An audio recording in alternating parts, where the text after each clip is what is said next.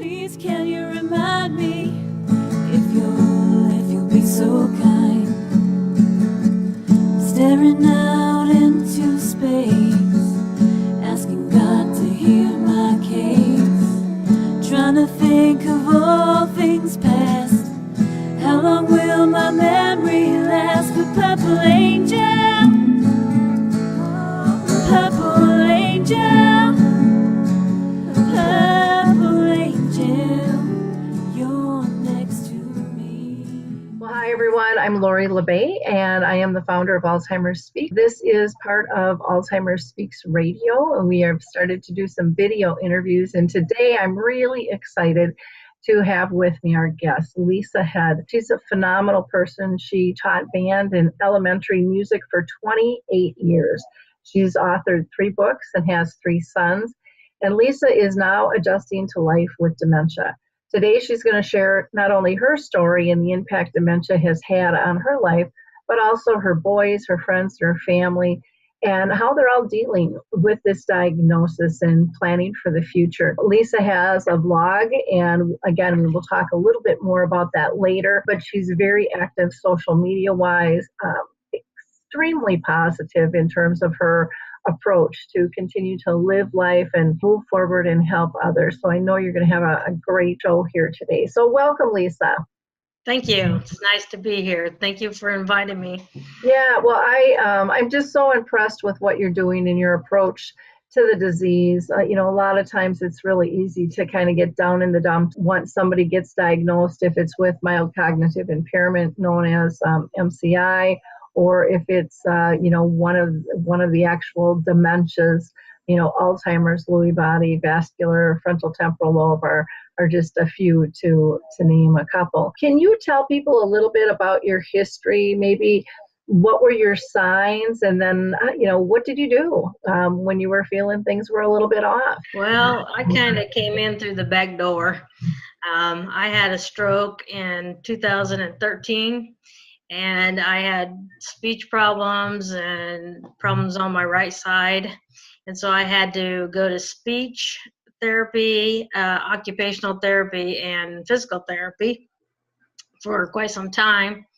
And in speech therapy, they did a lot of cognitive testing, and you get scored on it. And I still, even though I could not speak very well, I scored well on the tests. There's several tests that go up to 30, and 27 up is a normal, and I was getting 27s and not doing badly on the test, even though I sounded like I had marbles in my mouth. Mm-hmm. And so I continued to have TIAs, and every time I had a TIA, I had to go back to therapy, and I kept getting tested. Well, so now for a couple of years off and on, and finally my test scores started getting lower and lower and lower, and my speech therapist told me that I needed to, she said, I'd really like for you to start making plans for, where the boys are going to go, should the need arise, and who's going to take care of you, and a power of attorney, and that kind of thing. She said, because someday you won't be able to make that decision yourself, and you wanted to be able to make it, so you need to do it now. And she never would come out and say anything, And so I got a POA, a financial one, and I got my kids set up. I already had the will and everything. That was already a done deal. But the thing I didn't do was plan for myself very well. And but I got everybody else taken care of, the animals and everything. And so finally I had to switch. I had switched insurance companies, and I was gonna have to go to see a different doctor. And so they assigned me a doctor, and so I went back to my regular doctor and told him what was going on, because I knew that he would be sending all my medical records to the new doctor. And I thought, well, we better get this on the record, because if I'm getting to the point where the speech pathologist is getting concerned, then I need to voice something to the doctor. And so I went in to see him, and I told him what was going on. And so he did a workup, blood workup and physical workup to make sure that it wasn't something physical that was mimicking dementia. And he said if that all comes back clear, he's going to give me a cognitive test. Well, it all came back clear. And so he gave me a cognitive test, and I didn't fare so well. And so he sent me to a neurologist, and the neurologist diagnosed me with dementia. And so I got caught early, and the odd thing about it is I don't know how to say this because I don't want to sound egotistical, but they always say that the smarter the person is, the harder it is to detect until they're in the late stages. And I think that is true to some extent, but luckily we caught mine early because I was already in speech therapy. Well, it was interesting, even when you were talking earlier about taking your test. I'm like, that's that teacher going out, no fear of tests, where you can maneuver where some of us don't like taking tests, and so we're not going to do good if there's a problem or not, if we know information or not sometimes. But yeah, that is so true. And like you said, I mean, I like the attitude, I was lucky they caught it early, so that you can deal with that. How long ago was that, Lisa? That I was diagnosed? Yeah. I was diagnosed in October of last year, 2017. Okay. So very, very recent. Yeah. Now, at this point, are you working, or have you had to quit work once you had that stroke? And Okay, that's what I thought. Can you tell people what kind of like daily challenges that you're having right now? Well, right now, I'm having trouble with getting in and out of the shower, but that has more to do with the back surgery that I had. With that being said, I don't know that I would suggest surgery for dementia patients Mm-hmm. unless it's to relieve pain, and it's not going to get any better. It was a rough go there for a while. But I have to write everything down. I keep a calendar that tells me when I write on there when I take my showers, when I write down when I take B12 shots. So when I give myself a shot, so that I know. I'm in the kitchen, we have a huge desk calendar on the wall, and everybody puts their schedule on there, and if it's not on the schedule, it doesn't get done.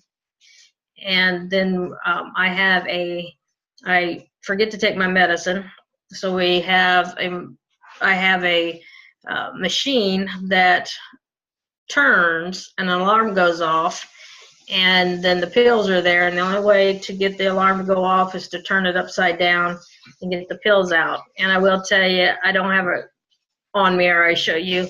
It's on Amazon for like $75. They go all the way up to hundreds of dollars, but I would suggest that. And then I don't know a lot of times what day it is, and so I have a atomic clock that has the day of the week, the time, and the date on it.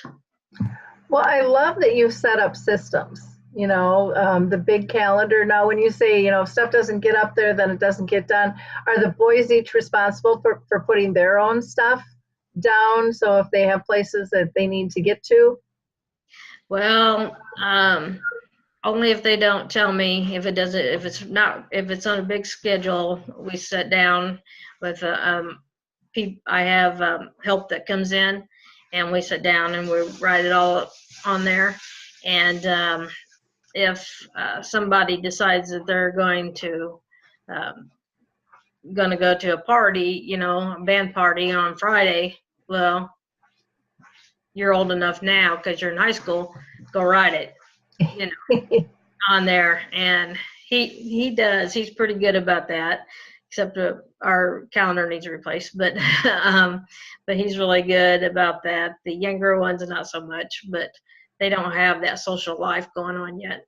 But the high Okay. school student does, you know. Can you tell us how old your boys are? Yes, I have a 14-year-old that's a freshman in high school. I have a 13-year-old that's a seventh grader, and I have a 10-year-old that is about to turn 11, and he's in fifth grade. Okay, great. And you're a single mom, correct? I am. So you're maneuvering all this stuff alone. I think that's one of the myths out there is that everybody has a partner, that they're living with that can help support them. And that's a whole different ball of wax. Not only do you have to manage for yourself, but you're managing for 3 active boys. Right. And yeah, I'm just having kids that's complicated alone, let alone having cognitive difficulties. How have they done with the diagnosis? Well, at first I didn't tell them. They knew that I had memory problems, and then I went ahead and started using the word dementia. And the reason I worried about it, I was afraid they would look it up and then get scared, because their only example of it is me. Mm-hmm. And society's view of it seems to be that once you get the diagnosis, all of a sudden, you're drooling and you're incontinent and you can't form a sentence. And that's not the case a lot of the times. If they catch it early enough, you don't even know that they have it, because it's not like they deemed me on the head with a wand and said you have dementia, and all of a sudden I just and there's so they I sometimes wish they understood it a little better than what they do, but I do a lot of things that I always did except physical, and they've taken up slack. We just blame my back for that, but they don't understand, like, well, they get frustrated, I should say, with me, because they'll tell me they need something, and I'll say, well, you should have, why are you waiting until today to tell me? And one was, I'm not going to say what it was, because if he ever sees this, he'll kill me.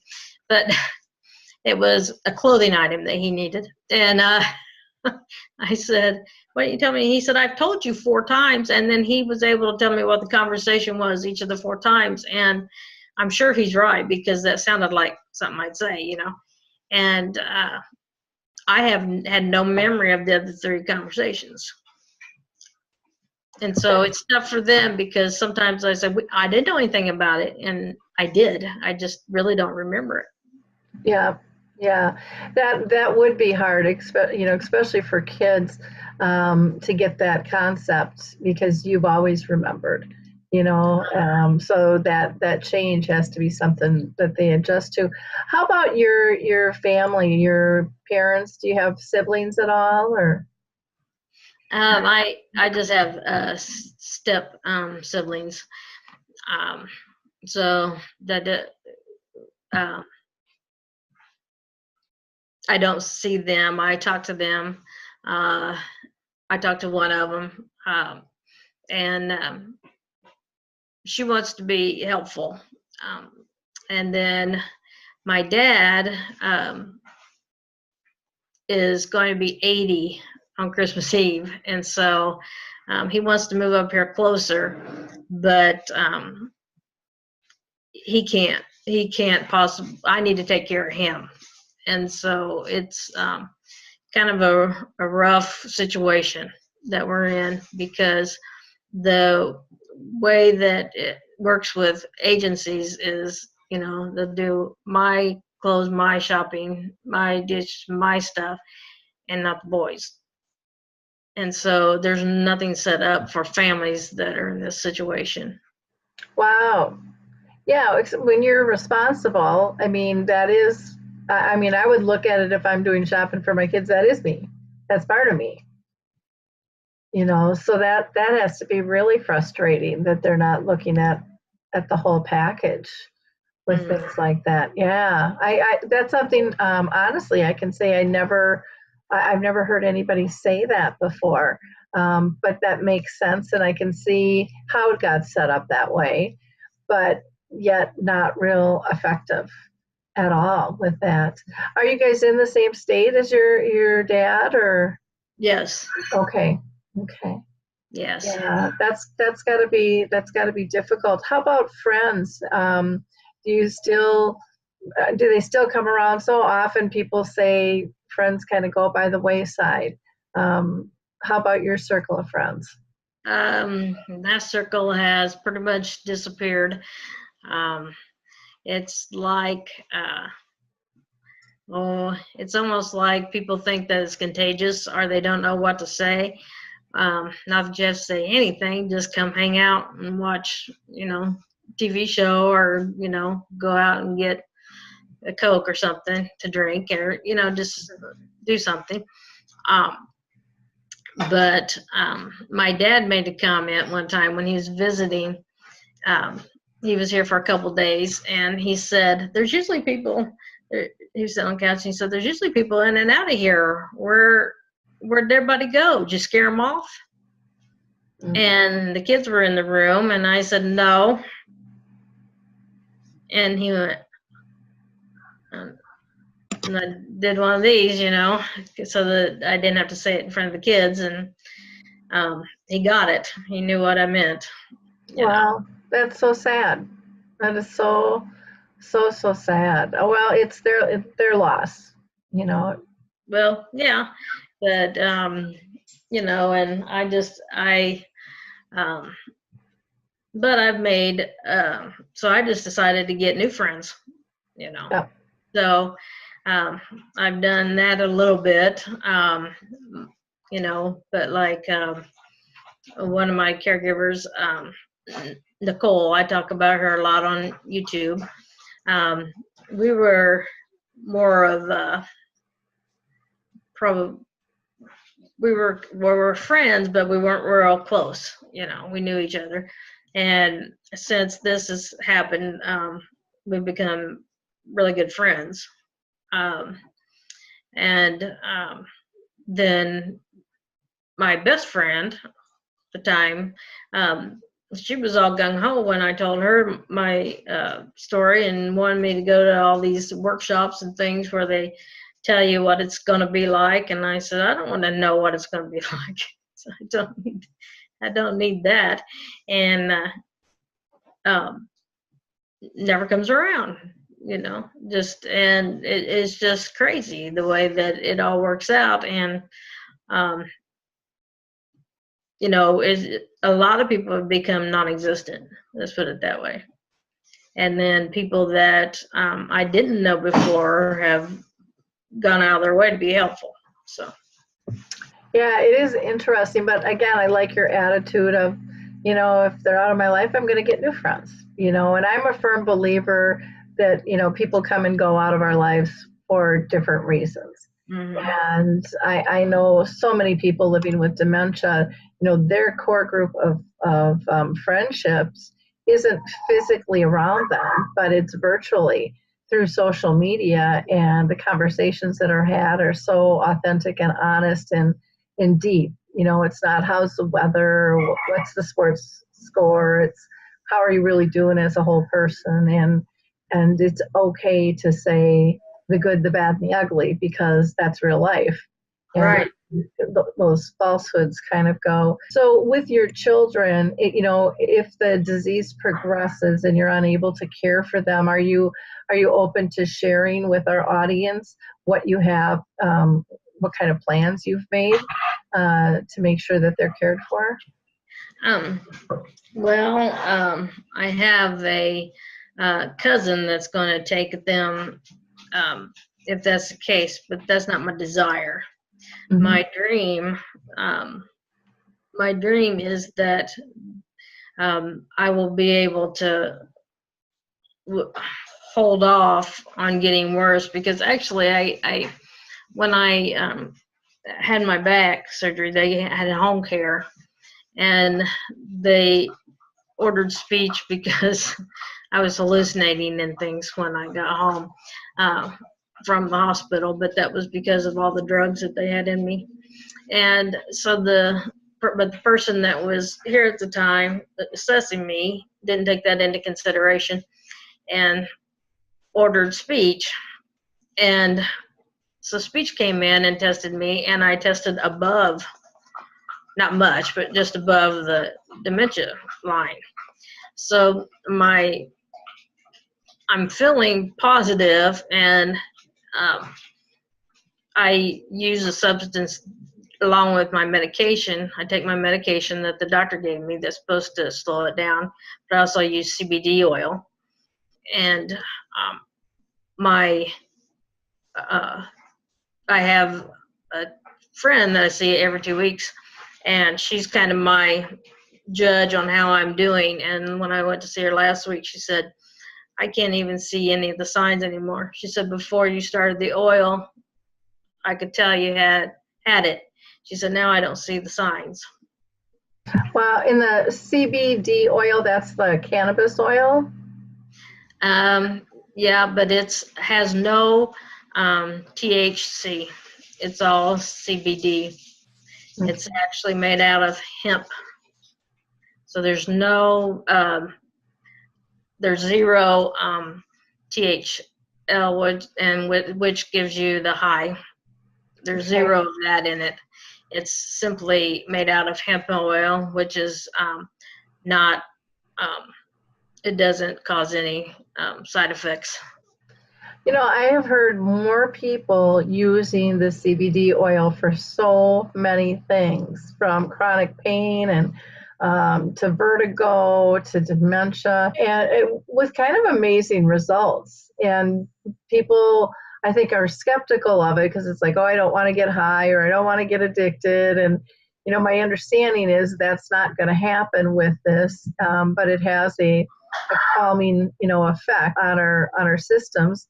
And you know, when we're stressed, just we react. And when you're stressed with dementia, you know, your symptoms can increase.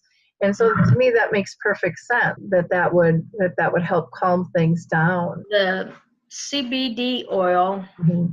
that does not contain any I'm saying TLC. I'm saying the wrong letters. I'm not sure what it is, so I can't help you out. It's the marijuana part. And it doesn't have any in it. You don't get addicted to it. You don't get high to it, but I forgot what I was going to say. Oh, it's legal in all 50 states. The Okay. CBD oil is. Okay. And I live in Indiana, which couldn't, I was going to say it couldn't be any more backward than I don't know where. And they just passed a law which shocked me because we weren't expecting it by any stretch, that you can now have 0.03%, which I think the purpose behind that, because my oil still doesn't have any, purpose behind that is a caregiver can ask to get a license and then grow it at home for the patient, but not to sell, you know, or anything. But I order mine online. Okay. And then how do you take that then? Do you drink it? Do you put it on? How do you take your CBD? I take mine with a dropper under my thumb, under my tongue. I put 9 drops under my tongue. And when I took it in to show the neurologist, he got very excited. And he was trying to figure out how much I was taking. And he said this would help so many people, but He said, we don't know how to prescribe it. We don't know how much, because they have to put it in an oil so that it makes it thicker so that it will drop, I guess. And so it's not, the whole thing is not CBD oil. Does that make sense? That Yep. it's mixed with something else.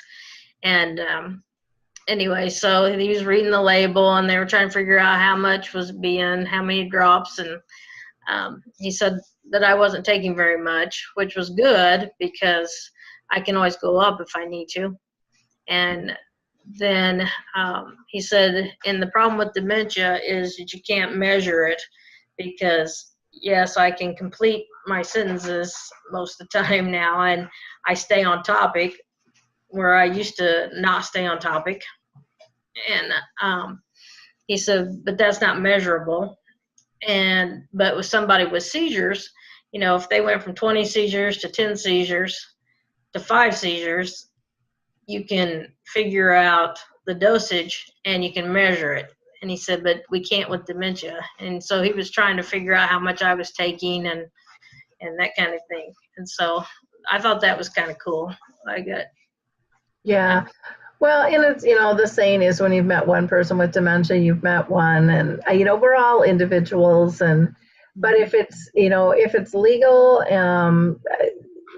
I think with so many other tools when it comes to dementia, it's kind of trial and error, and anytime you're doing medications, I don't care if it's taking a Tylenol or an aspirin, whatever.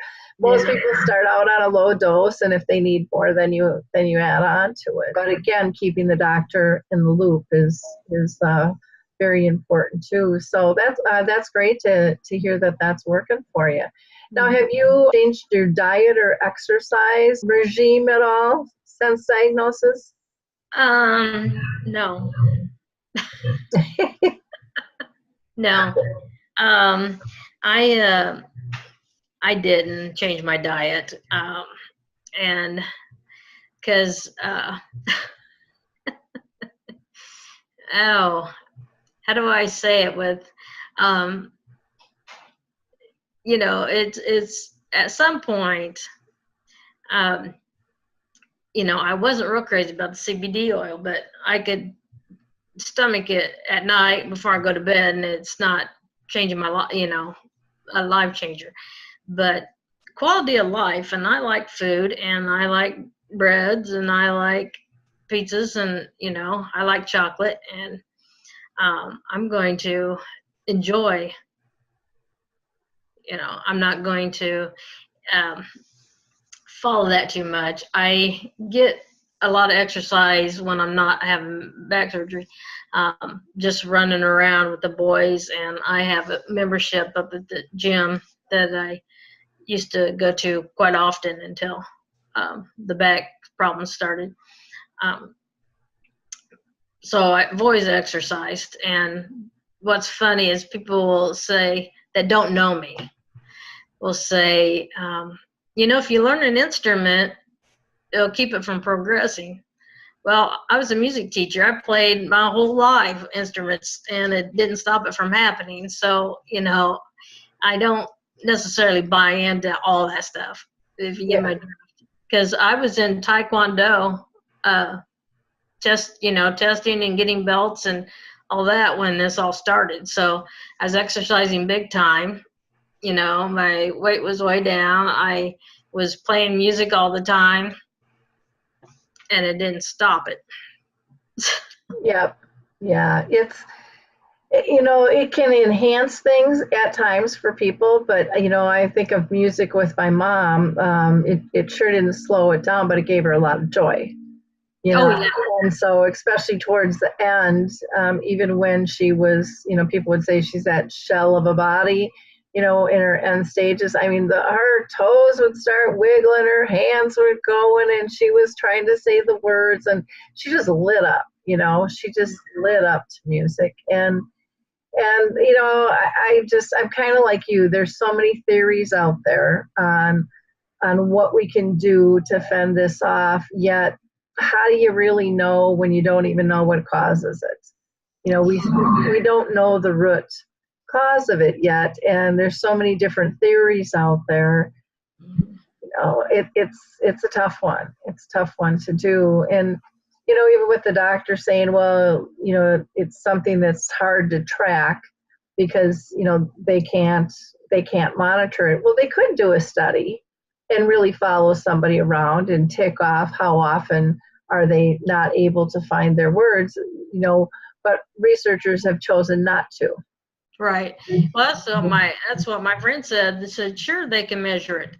If they sit there and they talk to you and you said the wrong word 3 times in 45 minutes, or you went off track, 4 times in that window, and then you take it and then you see if that changes, in that 45-minute window. And I thought, well, yeah, they could. You're right. They could do a study. Maybe someday they will. Yeah. I just don't know who that will be. Well, and it's hard, because, pharma kind of controls and pushes a lot of the research. But yeah, we're seeing changes. I mean, we're seeing more studies for social engagement, with the arts and different things. And my gosh, 10 years ago, that was like, no, that's not going to happen. That can't help. It has to be a pill. It has to be, and it's just like, well, so that's been nice to see that change. And I think I think communities and individuals are really getting out there and pushing. They're talking about it more. They're sharing their experiences like you are. And that's one thing I really wanted to talk to you was you have a YouTube channel. You're out there just like every day, shooting stuff out. What made you decide to have a YouTube channel? And what do you do on it? Why don't you share that with our audience? I do have YouTube channel because I started looking around on YouTube and I couldn't find any videos about having dementia. They were all the caregivers and how it affected caregivers, and caregivers were doing all the talking, and nobody was asking the patients anything.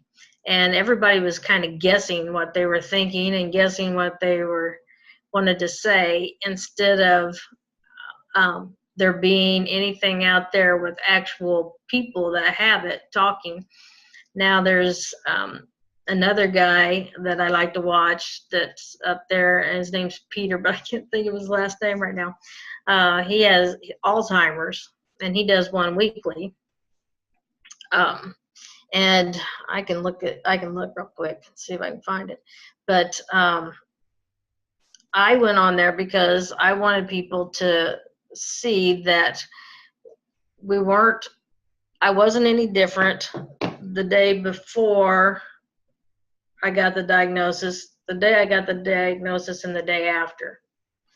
And that I was still the same person. I started the video when I knew that I was going to get the diagnosis, because everybody was kind of hinting at it. But it still hit me like a ton of bricks when he said it. So the idea behind the YouTube channel is to help not only the people that get diagnosed, but also to help people that are caring for them. Because my argument is that the terms are thrown around like, let me think of one, being difficult, and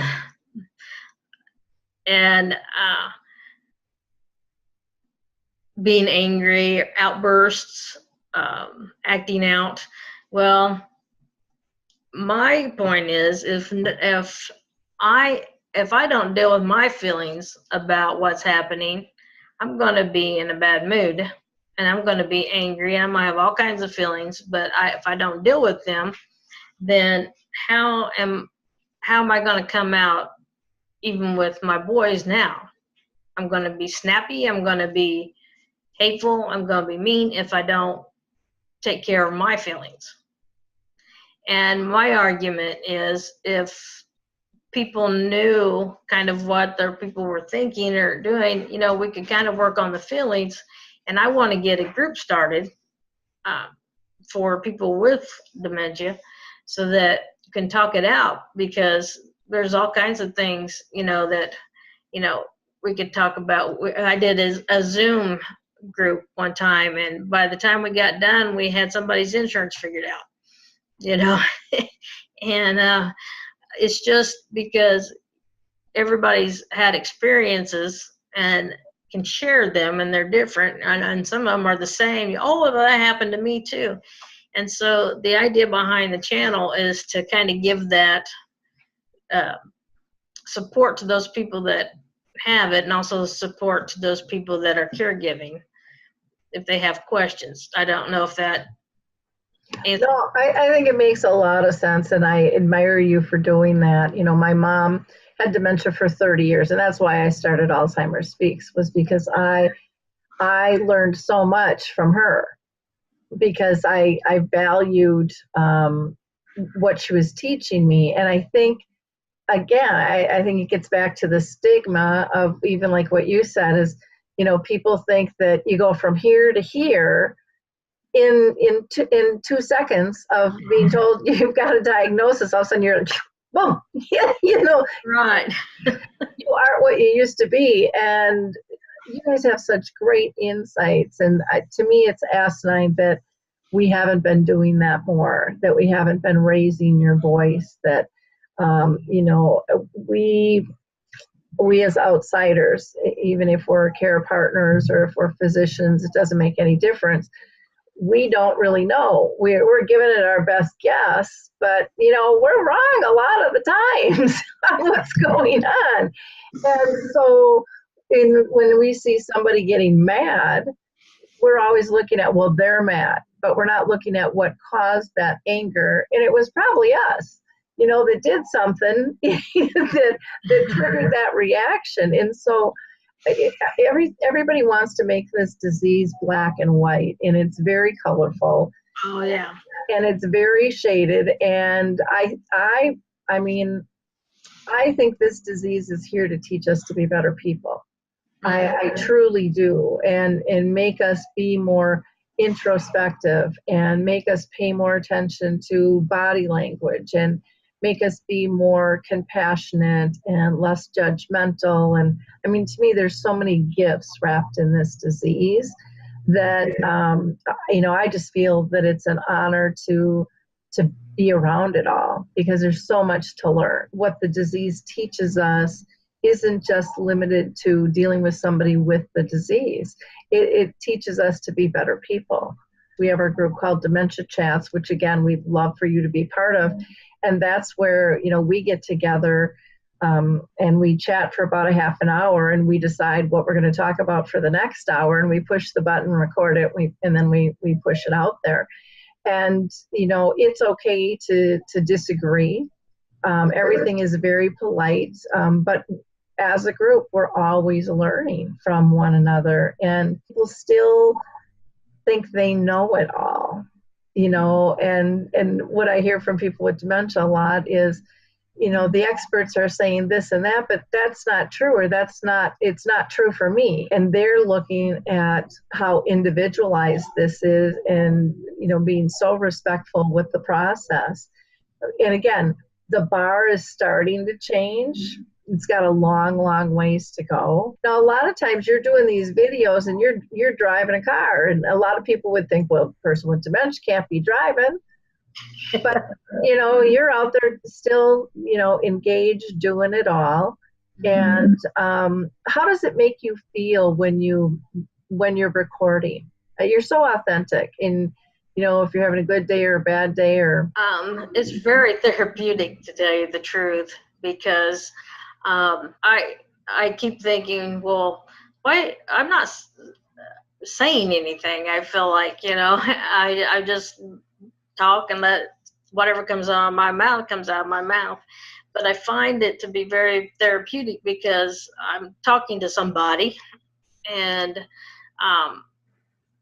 I get comments back. I have a great community that is very good at commenting, and it calms me down. And especially, and the tear days, I always feel better afterwards, and it's like talking to your best friend. So it helps me when I'm talking. Yeah, one of the things that I hear people say was it gives them purpose, that this isn't all for naught. And I think, it's healthy for all of us to live with purpose. And yet I think so many people have forgotten that, or have never had that in their lives.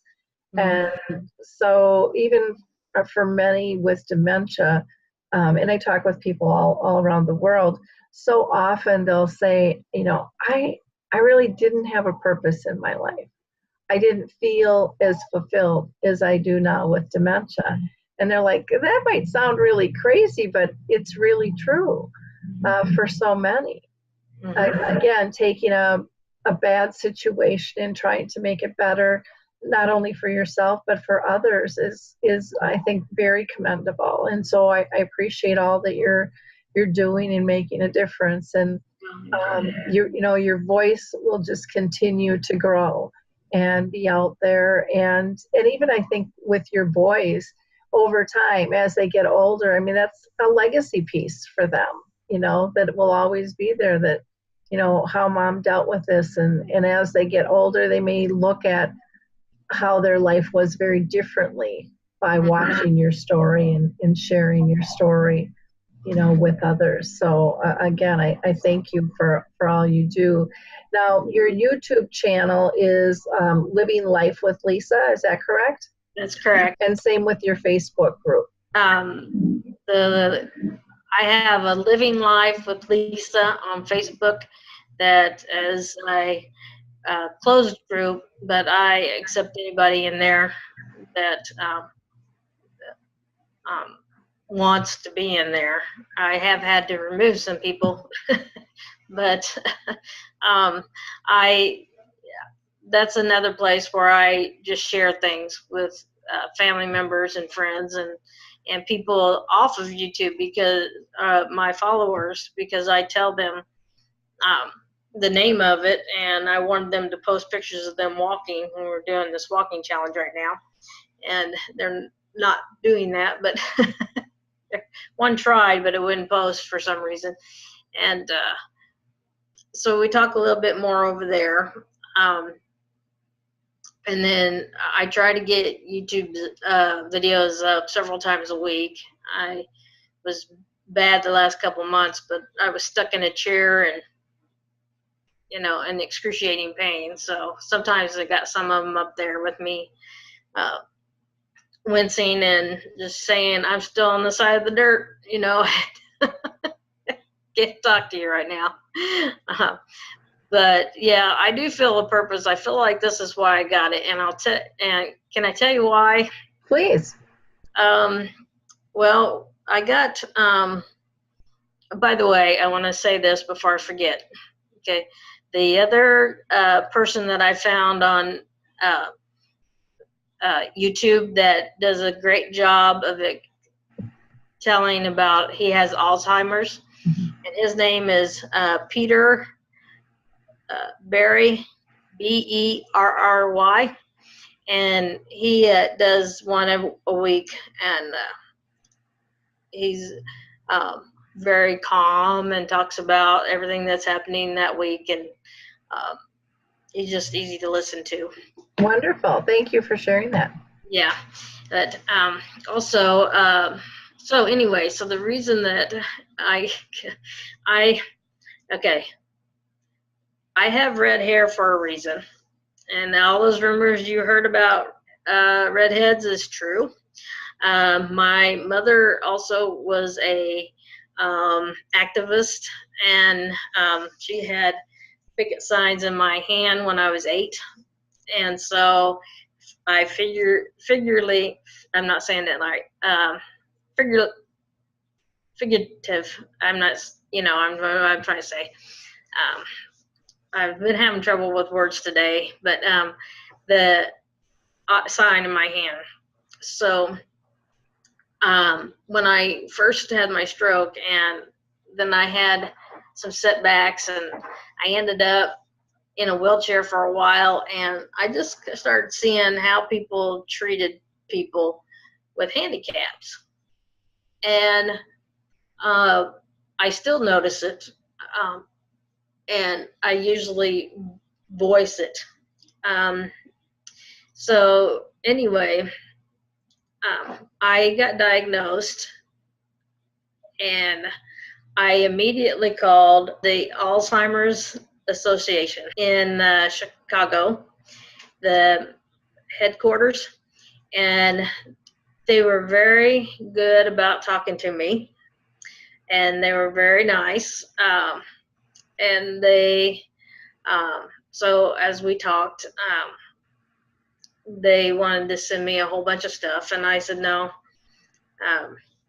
don't send me a whole bunch of stuff right now, because I don't want to be overwhelmed right now.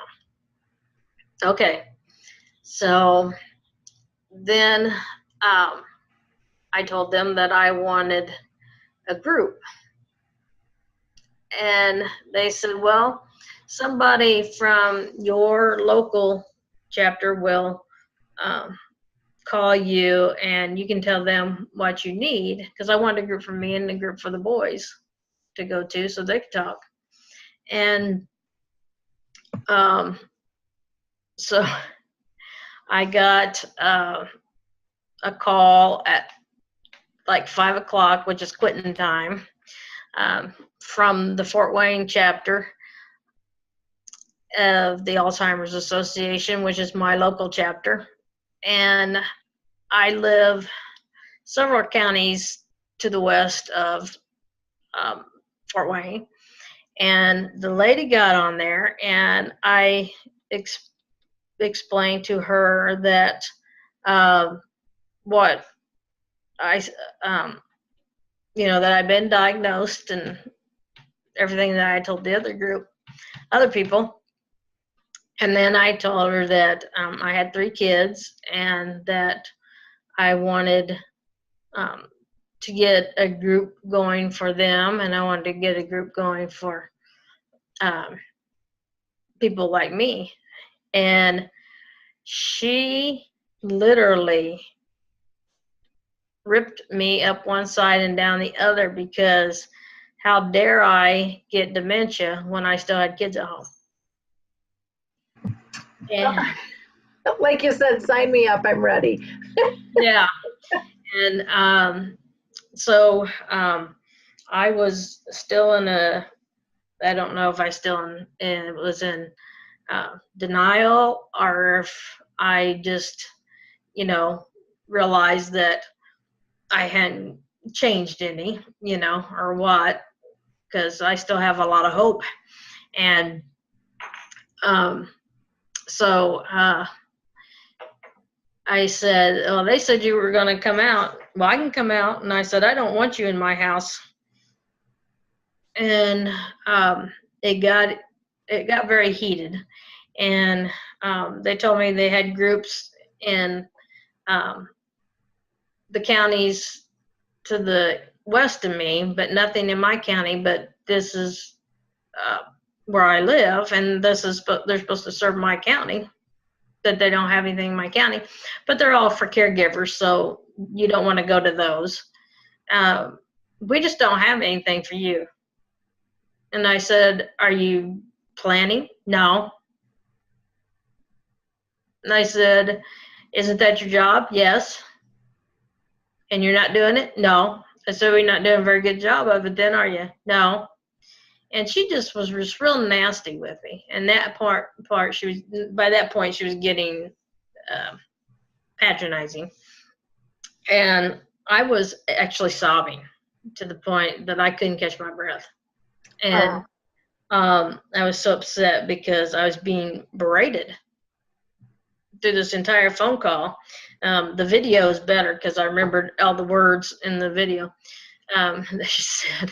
But it was an awful experience. And so luckily it was a Friday, and Fridays are pizza night. and we have them delivered. So I opened the door and threw money on the floor and yelled, "That's for the pizza," because we were called in. And I wasn't going to come out sobbing like that because I didn't want to scare the boys. And I couldn't calm down. I was, it was just heaving kind of thing. And so I called the national chapter and told them what was said and what was going on. And they got me calmed down enough so that they could understand me. And then I told them, and the girl wrote it down. She said, "I'm going to take this to my supervisor." And so took it to the supervisor. The supervisor called me at 9 o'clock that night, and I said, "I understand that she might have been having a bad day or something, but they need to pull her off the phones." And she said, "Nobody needs to talk to anybody like that, especially in that condition." I said, "Well, the thing is I was in a good mood. I wasn't upset at all, and I still had hope. What if somebody had called that was desperate and suicidal? They would have just went ahead and put a bullet in their head." Yeah. After that, and so at that point, I realized that, you know what? If they're not going to do it, I'm going to do it, because somebody has to get it done, and they're not doing it. So I guess that's up to us, huh? Well, and I think we're seeing more and more of that happening, and budgets are very tight out there, and staff is short, and not just their association, but kind of all over. But I also think that it's really important that we deliver the services that are needed, not the services that we've always done. Because not all the services we've always done are still needed in the same way. And so I think it's critical to listen to people in terms of what's going on. And, there are a lot of young children whose parents have dementia. Maybe the numbers aren't as high as those that don't, but that doesn't make them any less relevant. Right.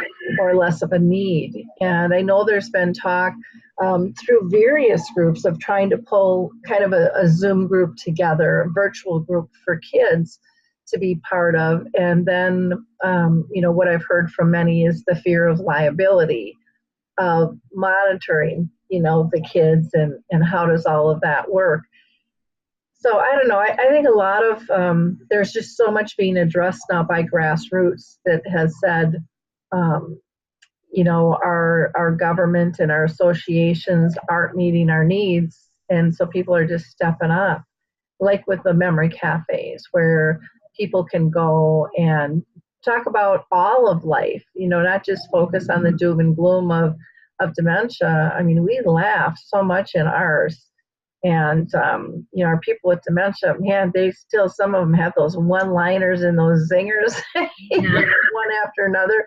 And then there's times we cry together, or, we try to figure out support. And facilitators, I think, more need to take a step back and let the group answer the questions and then add to it, instead of taking over the conversations and things, because I learned so much in those groups.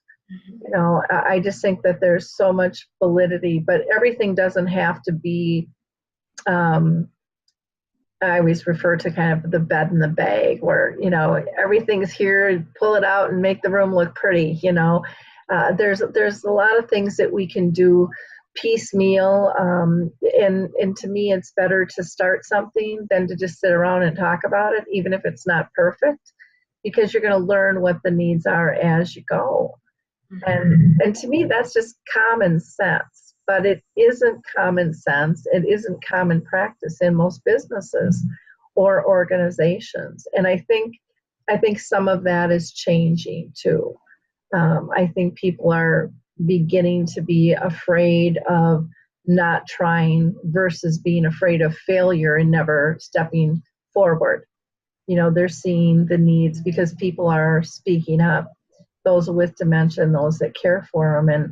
And the other thing you had referred to was that there were a lot of caregiver support groups. That just fascinates me, that there would be more of the caregiver supports than there would for the actual person, because I think that's just such a critical step, or with the memory cafes that I'm involved in, people would make comments like, you can't have them both together. Well, where do you think they are 99% of the day? They're spending time together. Why can't we have them in a group together? And, it all got down to, well, people are going to complain, or people are going to maybe say some things that are disrespectful. And maybe that shouldn't be the primary focus. Maybe we can vent in other ways where we can do it respectfully in front of one another and with one another, because you know what? They got something to say too. They're not always happy with how we treat them. We make mistakes, but nobody wants to admit that. And it's such a falsehood and a fake reality. So I think these conversations are so healthy and so helpful for so many. Again, I'm so proud of the work that you're doing and the voice that and the stands that you're taking, because I know it's helping a lot of people, Lisa. So thank you so much for joining us today. One final question I would like to ask you: is there any advice that you have for someone who's, when they first get diagnosed? Is there something that you would have wished you were told or known of? I wish that when I'd gotten my diagnosis, that they had a social worker there to talk to me, or a number to call. I was just given a pamphlet on what dementia was and sent on my way. It's kind of like with anything, when somebody's told they have cancer, and then bye. They need to have that. There needs to be an in-between. Yeah, to be able to help you process and to give you hope. And there's so much out there now on Facebook and YouTube, and I know a lot of people are scary of all those things, but you can sign up to be part of a group, and if that group doesn't work for you, that's okay, because that's what we do in real life. We like step our toe in and go, no, these people aren't for me. I'm going to go over here, and you can have control over that. I've just found so many people find such peace and happiness and this sense of belonging when they're connected socially, but that doesn't always, and it can't always happen physically, depending on where you're located and what's around. But there is a lot of support out there that people can get.